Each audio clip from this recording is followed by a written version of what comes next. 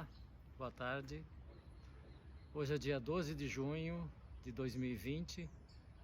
Gostaria de trazer alguns aspectos relacionados com a pandemia Covid-19.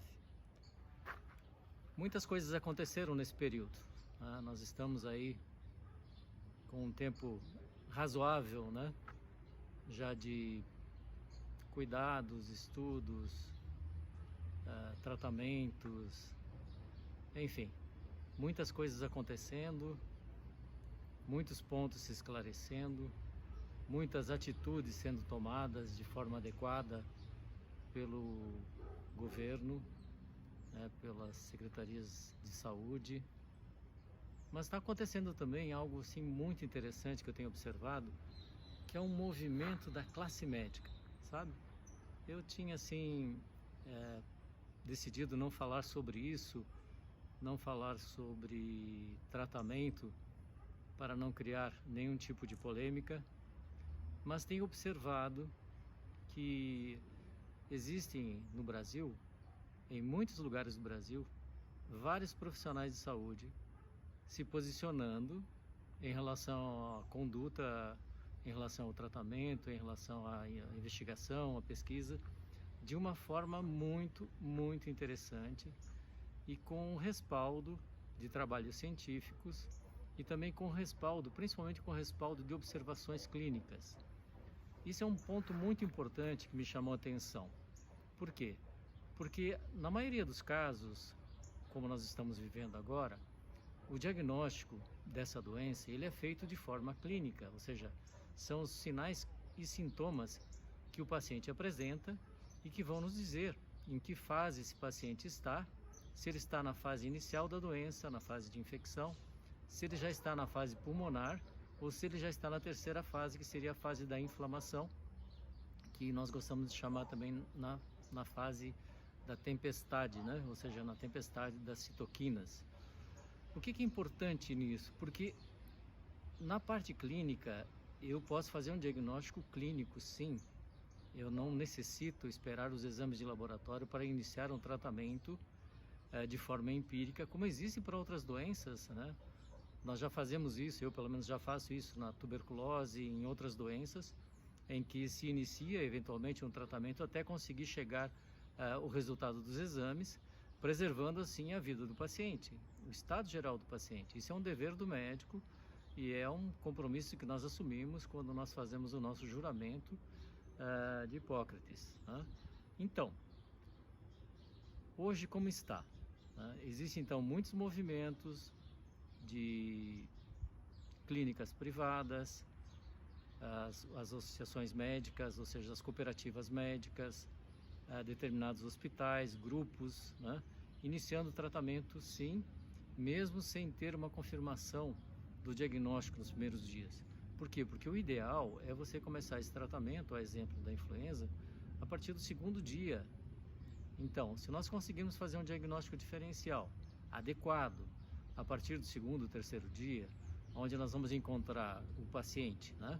Vamos encontrar a pessoa com febre, com dor no corpo, com astenia, com dificuldade para sentir o gosto e o cheiro dos alimentos, já com um aspecto de dor de garganta, com tosse, eventualmente já com alguns sintomas que possam pensar que está começando a ter falta de ar, ou seja, uma pessoa que está realmente doente, a pessoa vai se sentir doente, né?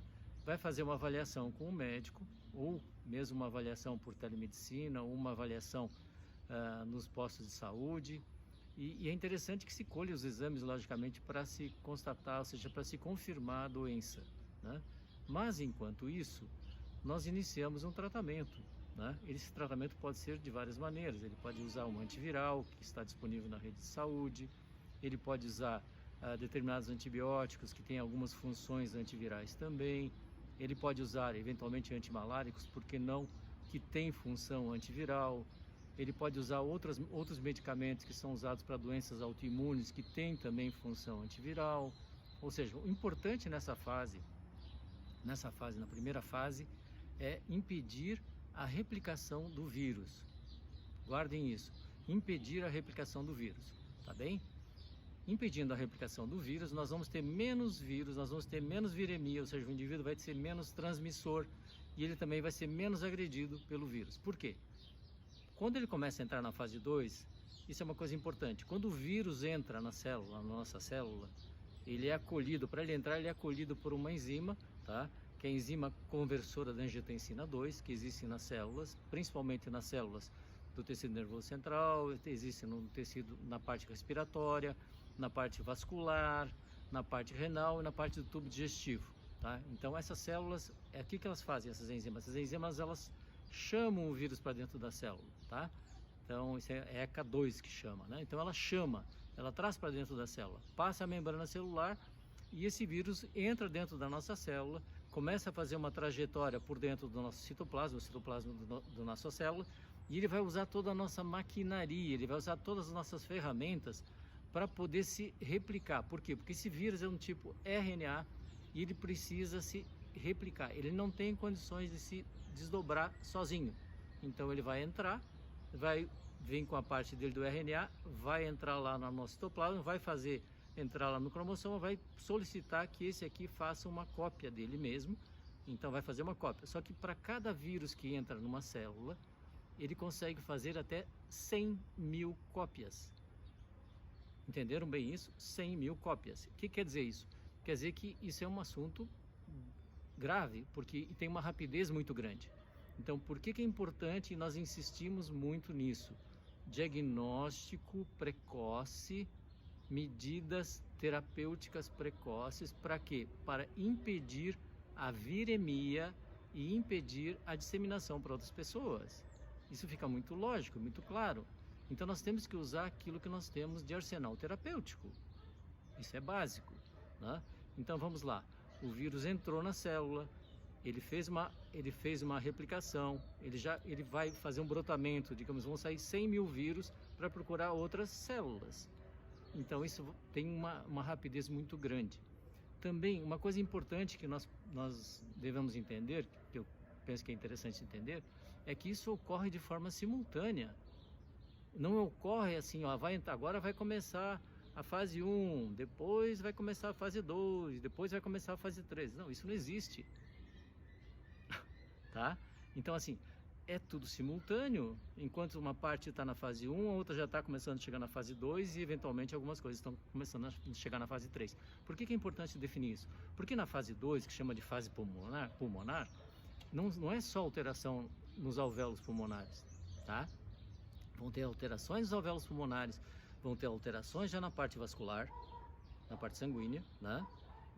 Vai ter já começando alguns aspectos aí, vai ter edema, vai ter uma série de situações que ocorrem dentro do nosso parênquima pulmonar, vão ser chamadas células inflamatórias para se defender, ou seja, os pneumócitos que eles preenchem a parte do alvéolo, né? Os pneumócitos tipo 2, tem o pneumócito 1 e o 2.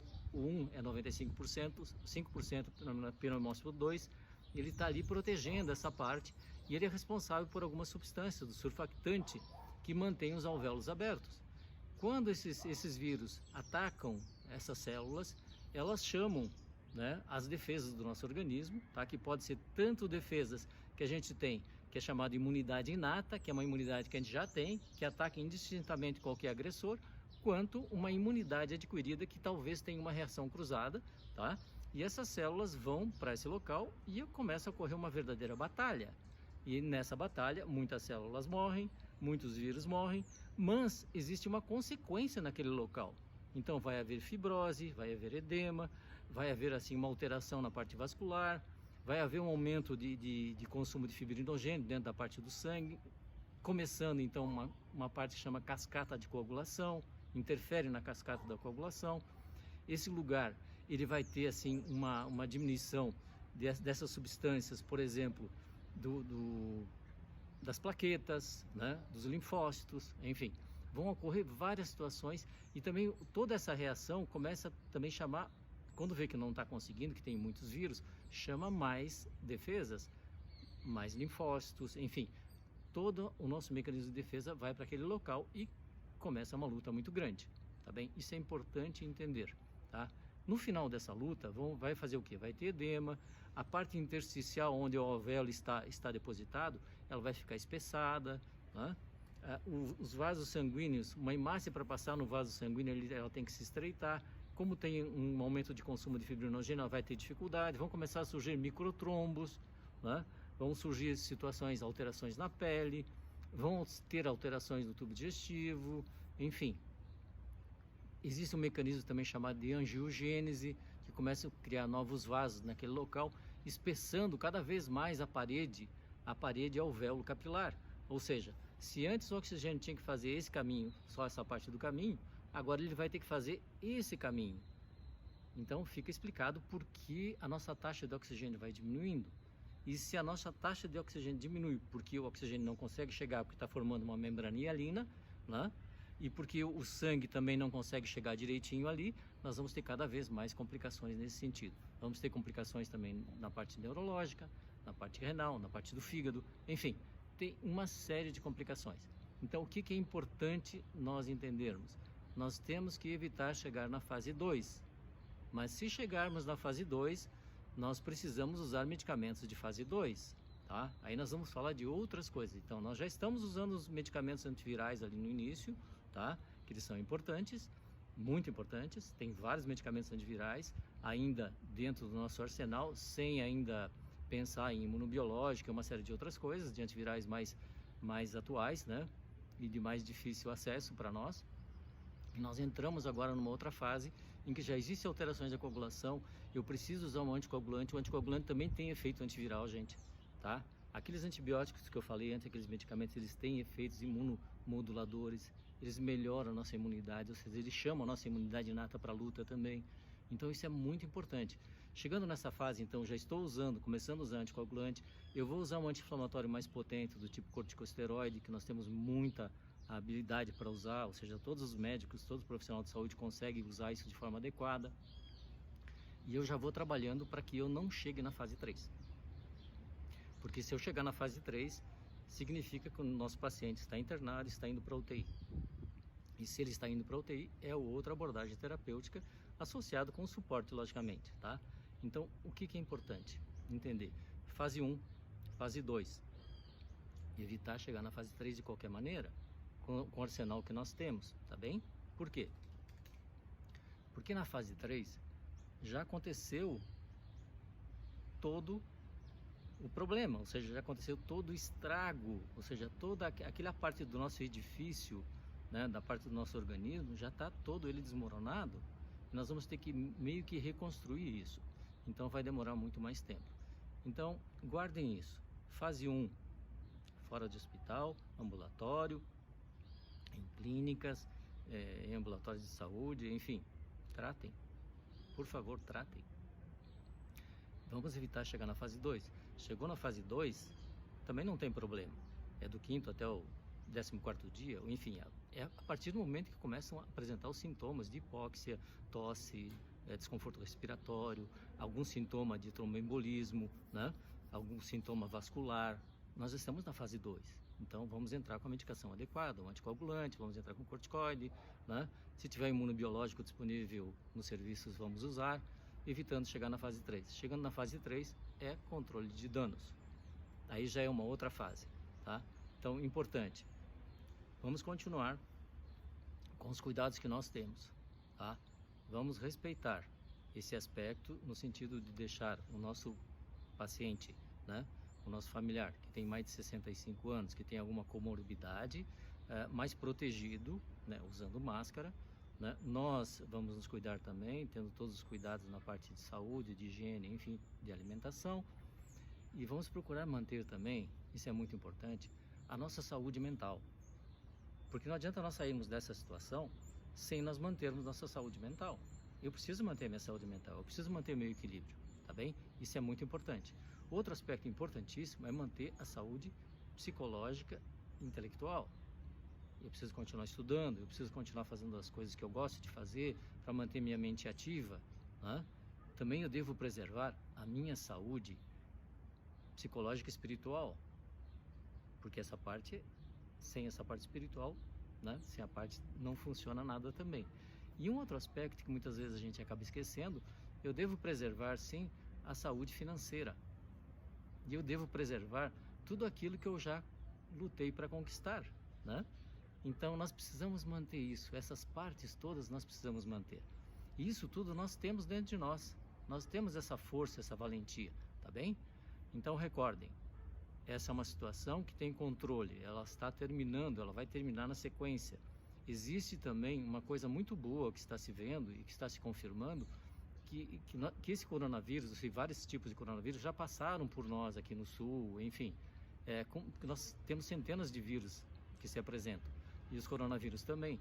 Então existe a possibilidade de nós termos uma imunidade cruzada, ou seja, se eu já tive essa virose, coronavírus, de uma maneira leve, não esse atual, no passado, as minhas células, ou seja, existe uma imunidade que é chamada, essa imunidade tem uma célula de memória, que é a imunidade adquirida, tá? Que ela vai me proteger também. Então, é bem provável que na faixa de 80% das pessoas já tenham essa proteção ou uma reação ou essa imunidade cruzada, tá bem? Isso explicaria, sim, alguns dos resultados e algumas das situações que estão acontecendo no mundo e aqui no Brasil, tá? Gostaria de reforçar também outro aspecto. Existe um movimento da classe médica, das especialidades, dos médicos que não têm muito acesso, ou seja, que não tem com quem conversar. Eu tenho conversado com alguns colegas médicos e eles estão ansiosos para fazer alguma coisa, tá? E eles não podem ser limitados. Então, assim, o médico tem o ato médico, ele é responsável pelo que ele faz, né? E ele tem essa condição de acompanhar. Então, diagnóstico precoce, medicação precoce, acompanhamento médico precoce, tem que ir até o final, logicamente, e muita responsabilidade. Então nós temos muitas coisas para fazer. Os médicos, os movimentos médicos, as sociedades médicas estão tomando atitudes que eu entendo que são muito interessantes e que devem sim entrar nessa linha de frente, como já estão, né, para impedir que o paciente chegue na UTI. E lembrando que os médicos que trabalham na UTI são valentes, são heróis, realmente são heróis que merecem todo o nosso respeito, porque eles estão ali diuturnamente cuidando da nossa saúde, tá bem? Uma boa semana para vocês, lembrando, 12 de junho de 2020, vamos sair dessa fortalecidos, recordando que todos nós temos dentro de nós uma centelha divina, e essa centelha divina não deve em nenhum momento deixar nós abaixarmos as nossas resistências e também de nós nos posicionarmos em relação a esses elementos da saúde que eu acabei de trazer. Se esse vídeo te fez bem, se te trouxe alguma informação, compartilhe, auxilie mais alguém para que consiga pensar com serenidade nesses momentos e enfrentar essa situação, e todos nós vamos sair muito melhores do que entramos. Uma boa semana para todos.